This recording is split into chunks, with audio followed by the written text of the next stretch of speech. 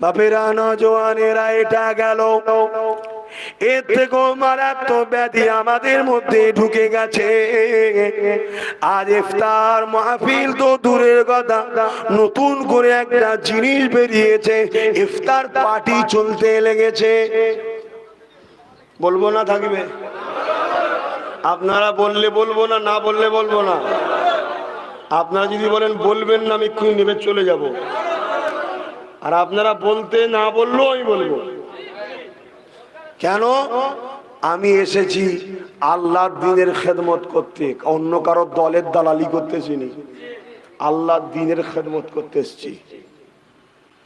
রোজা হলো একটা ইবাদত, এত বড় ইবাদত আল্লাহ পাক নিজে বলেছে রোজা হলো আমার খাস ইবাদত।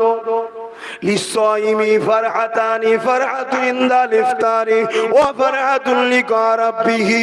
রোজাদারদের জন্য দুটো খুশি, একটা হলো ইফতার নিয়ে যখন বসে থাকে, আর একটা হলো লিকা রাব্বিহি, রোজাদার দিগকে আল্লাহ পাক দিদার দেবেন বলেছে।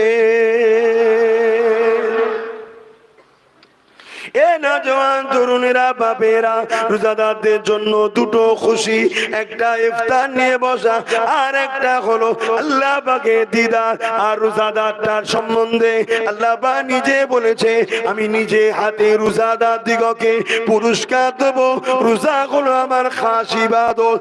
অবশ্যই নামাজও আল্লাহর জন্য, হজও আল্লাহর জন্য, যাকাতও আল্লাহর জন্য, ইবাদত তো সবই আল্লাহর জন্য। কেন? আল্লাহ ছাড়া অন্য কারো ইবাদত হয় না। কিন্তু রোজা আল্লাহ পাক খাস ইবাদত কেন বললেন? অন্য ইবাদতের মধ্যে লোক দেখানো থাকতে পারে, নামাজ লোক দেখানো থাকে, দান খায়রাতের মধ্যে লোক দেখানো থাকতে পারে, কিন্তু কেউ কাউকে দেখে শুকিয়ে তো থাকবে না, যদিও থাকে গোপনে গোপনে খেয়ে নেবে। এই জন্য আল্লাহ পাক বললেন রোজা আমার খাস ইবাদত, এদেরকে আমি নিজে হাতে কুদরতি হাতে পুরস্কার দেব।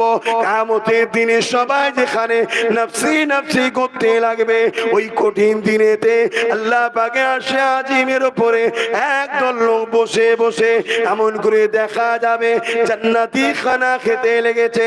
ফেরেশতারা জানতে লাগবে ও রব্বি আল্লাহ পাকিরা কারা দুনিয়ার জমিনে আজকে ময়দানে মাশরে সবাই নফসি নফসি করে, আমার কি হবে, আমার কি হবে। এই কঠিন দিনে এরা বসে বসে জান্নাতি খানা খায়। আমার আল্লাহ পাক জানিয়ে দেবে এরা হলো তারা যারা দুনিয়ার জমিনে অর্থ থাকার পরও আমার ভালোবাসায় খাই না, টাকা পয়সা থাকার পরও বাজারে গেছে সবাই খেয়েছে, এরা দিনের বেলা খাইনে। খাবার থাকার পরও এরা দিনের বেলা খাইনে, ইফতার নিয়ে বসেছে তথাপিও খাইনে। কখন মুয়াজ্জিন আযান দেবে এই আযানের অপেক্ষায় ছিল। এরা হলো আমার রোজাদার বান্দা বান্দি।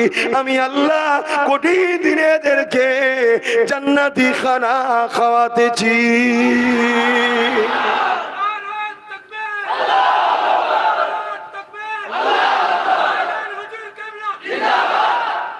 তাহলে রোজা কত বড় মহান ইবাদত বুঝছেন তো? তাহলে এর দুটো খুশি, একটা আল্লাহর দিদার আর একটা হলো ইফতারের সময়। খুব ভালো করে বুঝবেন, আজকে বুঝে যান আমার বাপেরা। 365 দিনে বছর রোজ আপনাকে খাওয়ায় আল্লাহ। একদিন আল্লাহ দুশ্মনের টাকায় খেয়ে রোজাটাকে নষ্ট করবেন না, বুঝার চেষ্টা করুন।